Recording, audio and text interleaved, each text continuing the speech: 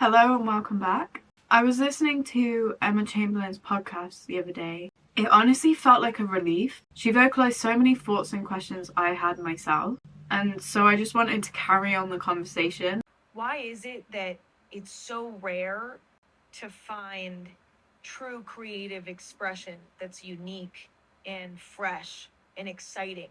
This feeling of staleness in these creative categories, because the internet allows us to see anything from anywhere all the time. In these creative categories, a lot of people are starting to create art, music, fashion, movies, etc. for shock value or for virality rather than creative integrity. Recently, I think creative industries have become infiltrated by people who are manipulating the industry for money. How can I make the most money in these creative categories rather than how can I create something that is raising the bar in these categories, that's innovating in these categories, that's creating something that's truly of value to humanity, which sounds ridiculous, but it's true. It's becoming a norm that artists are trying to go viral on social media with their music. But in order to go viral, you might have to sacrifice some creative integrity, because it's very rare that something goes viral just because it's really good. A lot of times it goes viral because it's shocking or it's ridiculous, etc. I don't think everything has been done before, but I think that it feels that way. I think the biggest issue with these creative industries now is that they prioritize money over quality and over genuine artistry.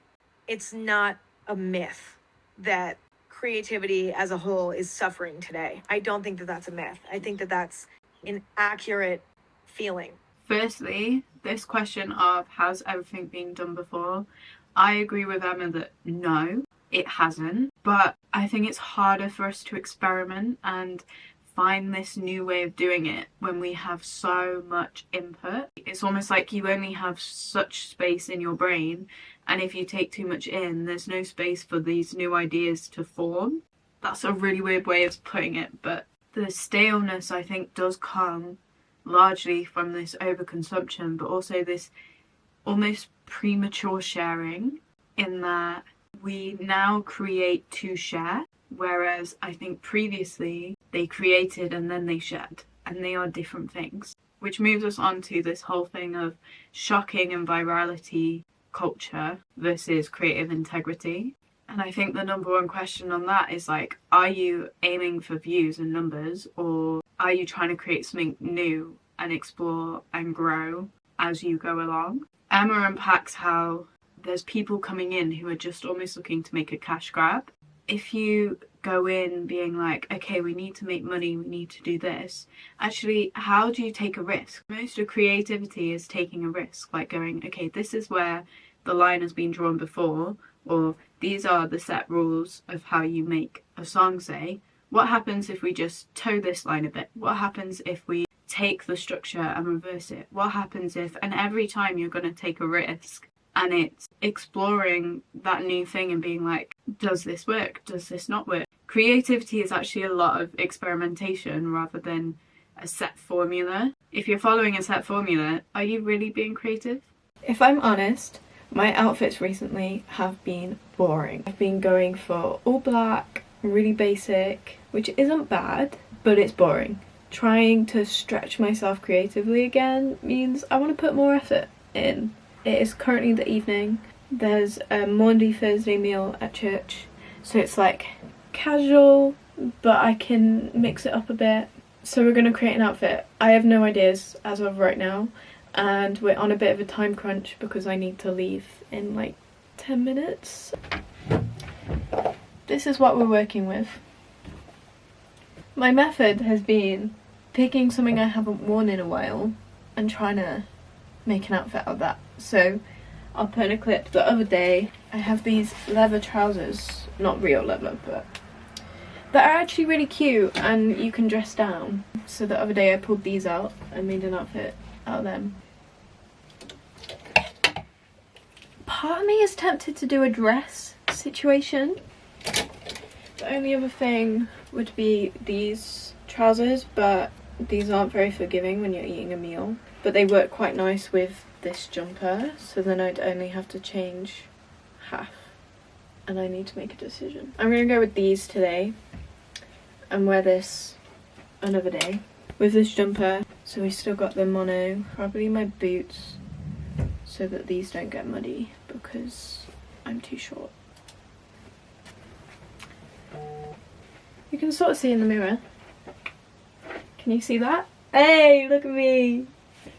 Creative shots, guys. I'm liking the claw clip hair, so I just tidied it up a bit because I did wash my hair this morning, so it's a bit frizzy. I don't wear makeup day to day just because the energy it requires at the end of the day to take off is unnecessary in my opinion and just makes my life harder. We just do a bit of this and then we're done. Saves so much time. I got a trusty ring, a necklace of a ring I always wear. We're gonna stick with the gold this situation. I normally wear my watch, but it needs a new battery, so it feels a bit wrong to wear it when it's saying the wrong time. Okay, the final fit. Good old boots. And then this brown outfit. What are we thinking? The other issue she addressed online with that is this thing of mass production.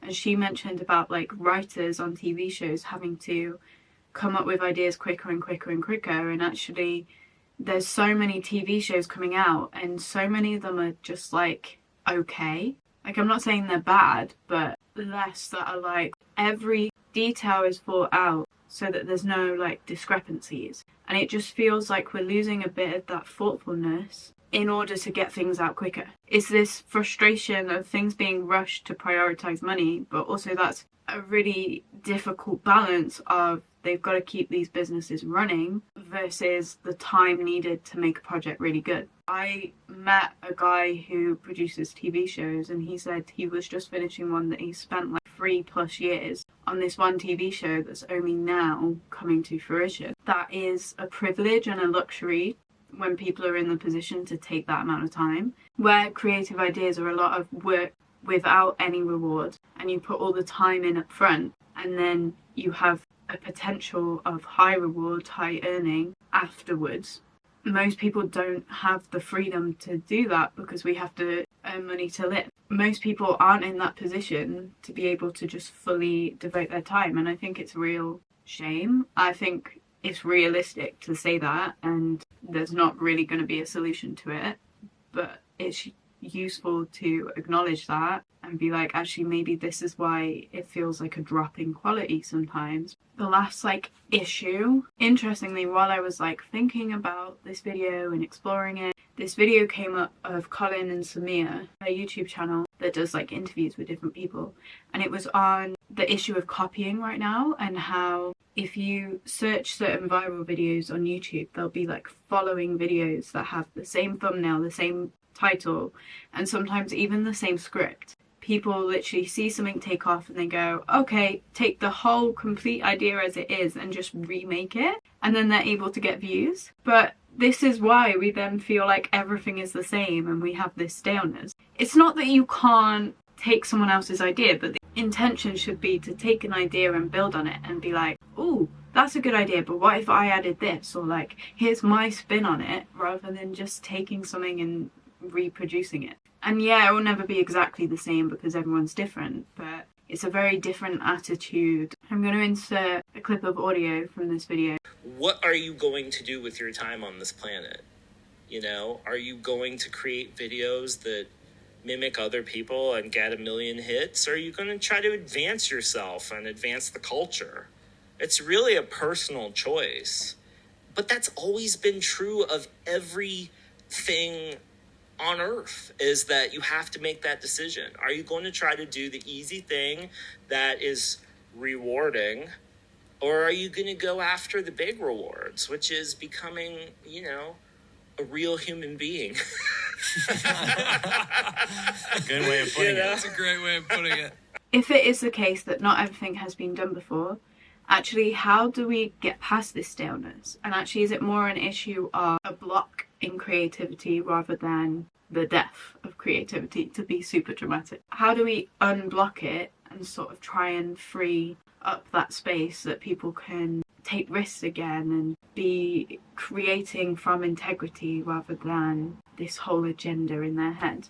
So I had some ideas. Firstly, with the issue of overconsumption, put your phone down. If you want to create and you just feel overloaded, overwhelmed, put your phone down. Just put it down, let yourself become bored, and the ideas will come. I got to the point I deleted Instagram because there were things I wanted to create to put on Instagram, so I am gonna reinstall it, but I found I was wasting so much time consuming other people's stuff that I never got round to creating my own stuff. It's not that you can't take inspiration from other people, because art is taking inspiration from other people. Like, everyone around you gives you inspiration. Everything you go through builds this unique taste and, what's the word, like unique voice, unique style. But you can have too much of that so that you lose what you're trying to do yourself. You can sit and scroll on Instagram and get inspiration from it, but be intentional about it. Say, okay, I'm going to scroll for 10 minutes, half an hour.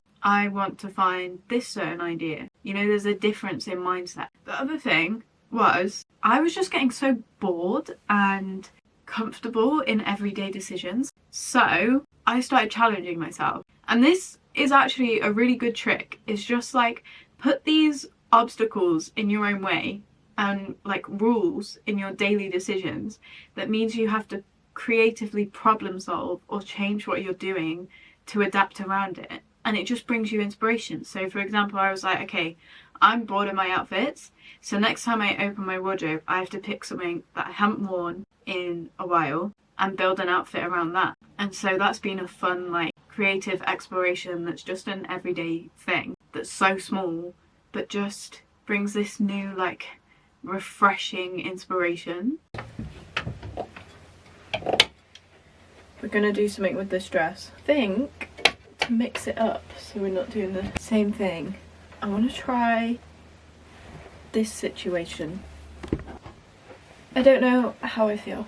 Ooh. From the back, I'm like not mad at it. I feel like maybe this might look better if I wasn't wearing this t-shirt, but if I then want to take it off, I want the t-shirt on. Does that make sense? We're gonna try it out. 1, 2, 3. Maybe we do this ring as well. It's apt. I don't know if these earrings are a bit much, but they could be fun. What are we thinking? Does anyone else do this when they're trying to pick earrings?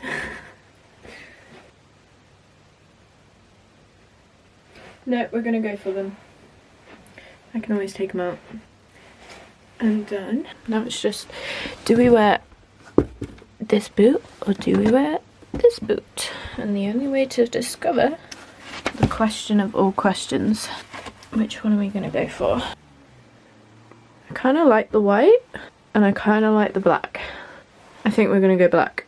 Weirdly, putting rules in can allow you to experiment and try new things. It sounds contradictory, but it really works, and I highly recommend it. And there's a huge mindset shift. So like, what if instead of complaining, I don't know what I feel like to eat, I turn it into, ooh, what's something I'd really love to learn how to cook?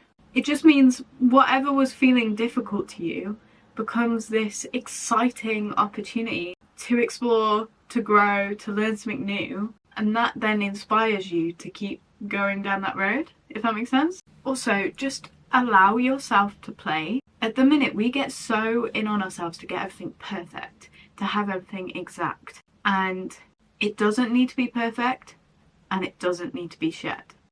Pick something that you're going to create just for fun. Have one creative outlet that you never try to monetize, you never try to share loads. Like, you can share it a little bit, but your intention in creating it isn't to share it. It's actually just for fun, just for enjoyment. So I sometimes get my sketchbook down and I paint or I draw, and that's just something that is an outlet that's just for me. That's just like light-hearted. It's stuff that isn't at all serious. It's just whatever I feel in the moment, and I just create, and it's refreshing. I have one final thing I've been doing, this book.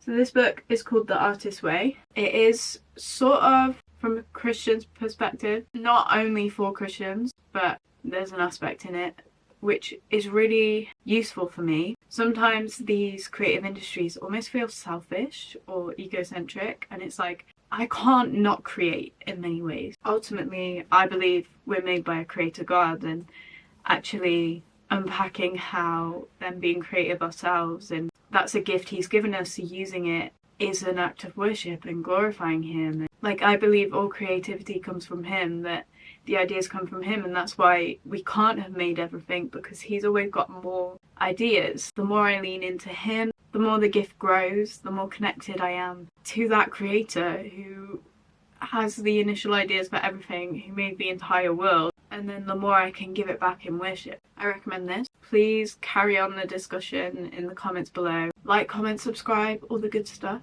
and I will see you on the flip side.